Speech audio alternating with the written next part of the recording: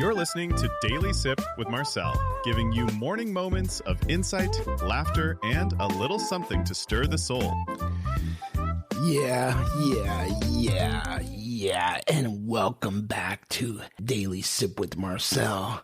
Yeah, today is October 20th, 2025, and we're here where the coffee is strong, the takes are hot, and apparently the political protests have fully transformed into a warm-up for Halloween.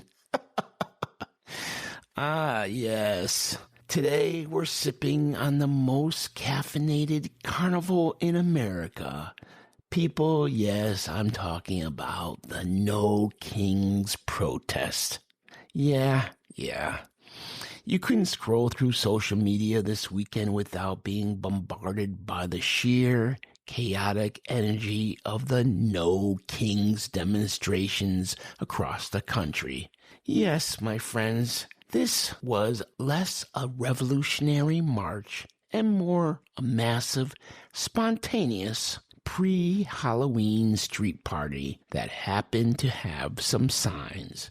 Yeah, I mean, have you read the reports? They're incredible. They had crowds packed into New York City's Times Square, thousands in Chicago, and a full-on spectacle in Portland, Oregon. The main feature? Inflatable costumes. We're talking people dressed as giant, bewildered frogs. Apparently a new sign of resistance, and a glorious, majestic, but slightly ridiculous inflatable bald eagle in St. Louis.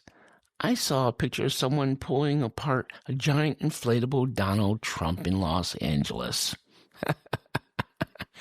That's not a protest. Yeah, no, that's just some weird fun. You know you're not facing a serious threat to the Republic when your critics are dressed up as the Statue of Liberty and wizards in funny hats. This looked more like an attempt to win a neighborhood costume contest than to actually overthrow anything. The whole vibe was summed up beautifully. In many places, the event looked more like a street party with marching bands and people signing a giant copy of the Constitution. Now that's a civic carnival, my friends. Now, let's inject a little reality into this costume fantasy. The people out there are protesting an aggressive executive and an authoritarian drift, which is a bold claim considering a majority of the country actually voted for the guy they're protesting.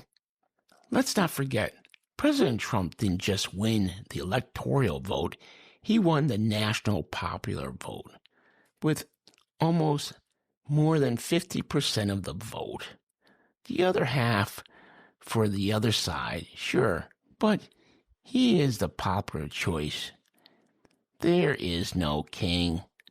There is a duly elected president. So, how big is this revolutionary army? Well, organizers are claiming a massive turnout. It's generously saying maybe 7 million people across the country, which is a huge number. But hold your inflatable frogs, folks. With the U.S. population hovering over 342 million, that 7 million represents 2% of the entire country. 2%, people. That's not a national mandate for change. That's a very small, very concentrated, and I must say very loud and very well-organized group of Americans who simply are frustrated. I get it. And the other 98%, they're happy. They're fine. Or they're at least not unhappy enough to put on a 10-foot inflatable dinosaur and join a street party that gets them labeled Marxist by the House Speaker, the administration is doing just fine, and the president is down in Mar-a-Lago for $1 million per plate fundraiser, a detail that suggests his supporters are equally unconcerned. So honestly, I think the real genius of these protests is that they're giving people a chance to vent their frustrations in a safe, fun, and mostly non-disruptive way. The reports coming out of the demonstrations are consistently talking about humor and peace. No arrests reported in New York, yeah. So the protest movement is responding to political hyperbole with what one protester called the same energy, unserious and silly. It's a huge collective catharsis. It's like a giant pep rally where everyone gets to wear their feelings on a funny sign. And you know what? If a weekend of marching and wearing a blow-up frog is what it takes for a small minority of the country to feel camaraderie and let off steam, as one mother in Alabama said, "Here are my people," then go for it. Yeah, go for it. Just try to use biodegradable glitter, okay? And remember to save your best costumes for the actual Halloween. It's only like 11 days away. You don't want to peak too early, people. Yeah, so what's my takeaway from this epic frog-filled weekend?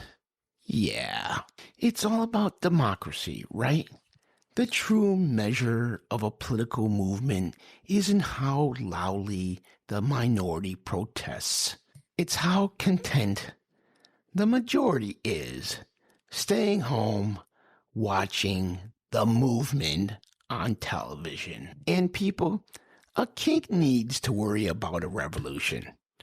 A president elected by a popular vote just needs to worry about the next poll. And right now, it looks like most of the country is just fine with the status quo, leaving the 2% to their joyous frog-themed weekend.